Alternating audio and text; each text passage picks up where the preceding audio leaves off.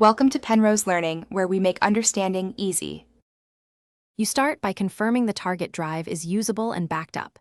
This prevents data loss. Open Disk Management now to inspect partitions and free space so you know exactly what to modify. Once you see the drive, note file system types and any unallocated space because that determines formatting and merge options.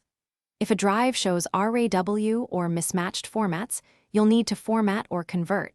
Otherwise, proceed to create or extend partitions. Make sure backups remain available throughout.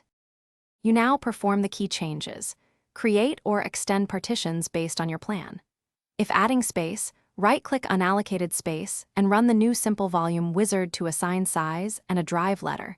This makes storage immediately available.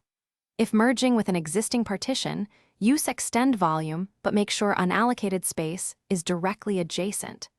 Choose NTFS for Windows-only use or XFAT for sharing. Select default allocation size unless you have specialized needs.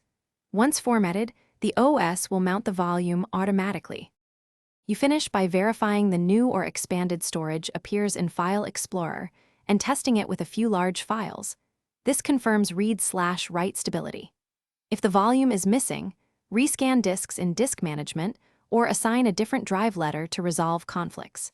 If you encounter errors or corruption, run chkdsk/f on the affected volume and check drive smart status with the manufacturer utility to detect hardware faults. Once stable, move or restore your backed up files and monitor performance for a day.